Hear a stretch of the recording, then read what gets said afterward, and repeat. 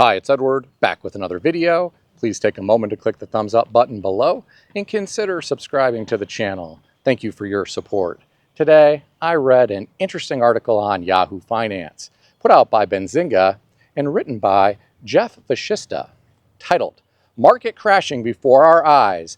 Buyers are backing out of deals in record numbers amid relentlessly high interest rates." According to the author, the numbers are shocking. In April, 56,000 home purchase contracts were canceled. That's just over 14% of all pending transactions. So you might ask, what in the world is going on here? Well, the author cites tariffs along with higher costs for food, furniture, construction, cars, and more. My friends, life here in America is getting incredibly expensive. There are some of these folks who probably got pre-approved to purchase a home.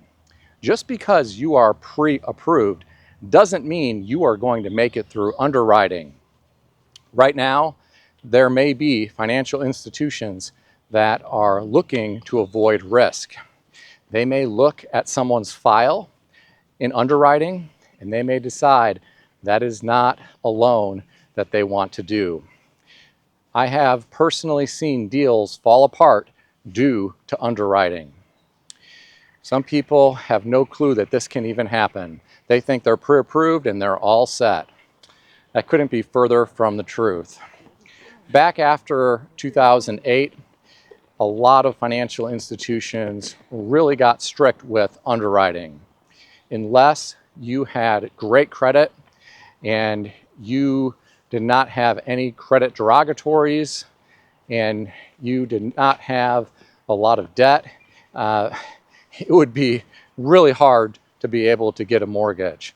You had to have a great file to be able to get financed back then.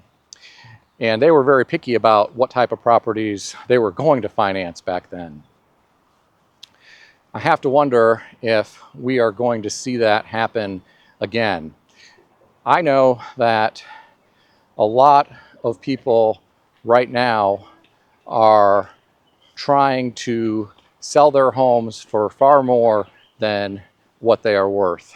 And some sellers may need to get a lot more realistic in order to move their properties.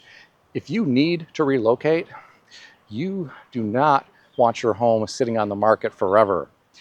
If you have to move right away, you don't want a vacant property. That is very expensive. You have to continue to pay property taxes, insurance, HOA fees, lawn maintenance, utilities, etc. And if you've moved out of your property while you're hoping that it's going to sell, it could be broken into and vandalized. If you don't contact your insurance carrier and make sure that they are aware that the property is vacant, well, they could deny a claim. They may want you to purchase some additional rider because it's vacant. A gentleman I know had a vacant property and someone did vandalize it and they caused a lot of expensive damage. The adjuster came out, acted like they were going to cover the claim, took pictures, measurements, asked questions, and a short time later, the company sent him a letter and said they were denying his claim because he did not contact them and let them know that the property was vacant. He was really upset by this.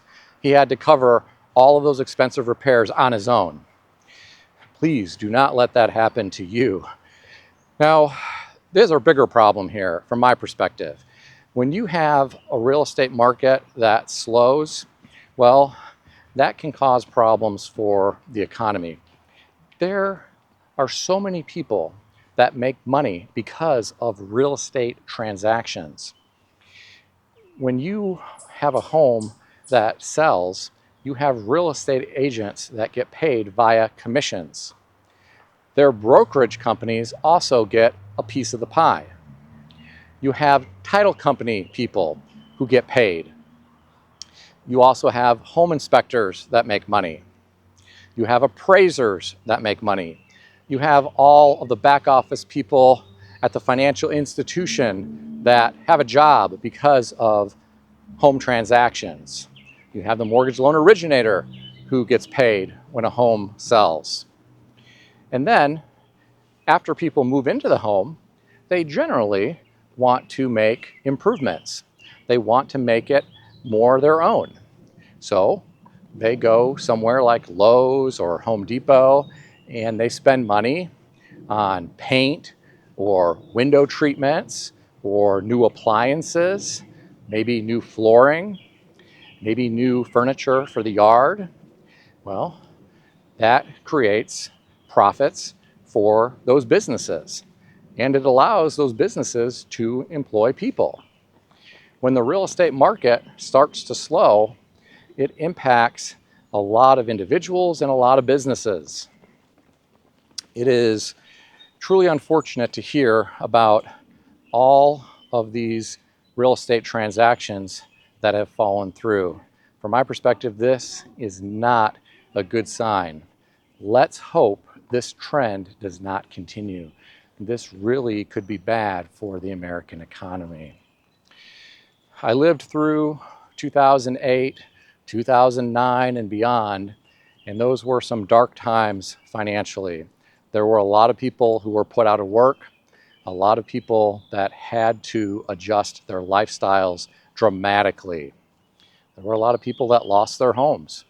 There were sellers who were asking too much, and there were not enough buyers. Even if they were fortunate enough to find a buyer, sometimes that buyer was not able to make it through underwriting. A lot of people don't understand, just because you are pre-approved to purchase a home doesn't mean that you are going to make it through underwriting.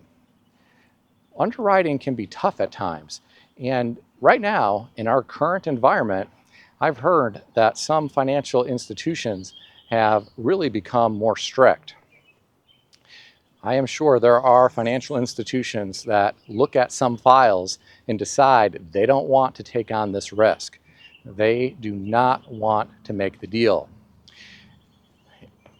Unfortunately, some people get the bad news from their mortgage loan originator that they did not make it through underwriting.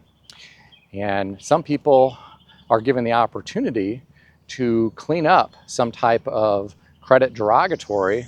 Others are not. Others are simply reject it, and they are left with a few options.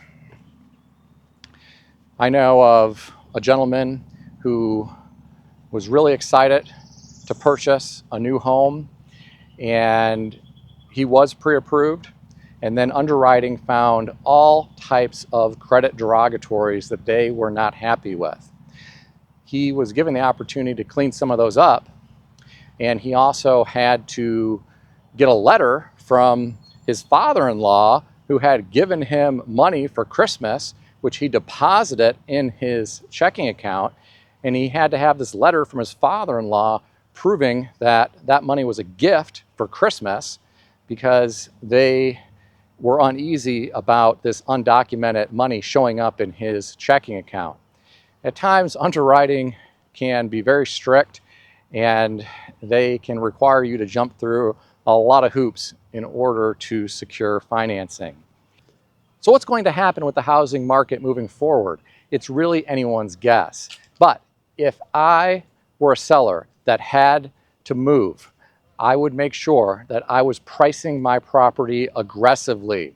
I would want to undercut my competition, even if that meant I had to lose several $1,000s in order to get the property closed. I would not want to risk being stuck with a vacant property and have all of those carrying costs. A property can really turn into a boat anchor if you no longer are living there. That's just my thoughts, and what do I know? I'm just some guy on YouTube. What do you think about all this? Share your thoughts in the comment section below. If you enjoyed this video, consider subscribing to the channel. I want to extend a special thanks to everyone who has subscribed to this channel. I want to also thank all of my channel members. If you would like to become a channel member, there is a link in the description beneath this video. You can read more about the different membership levels. Please also check out some of the great books I suggest you consider reading in the description below. I've included Amazon affiliate links to these books. As an Amazon associate, I earn from qualifying purchases. Stay healthy and wealthy. I'll see everyone in the next video.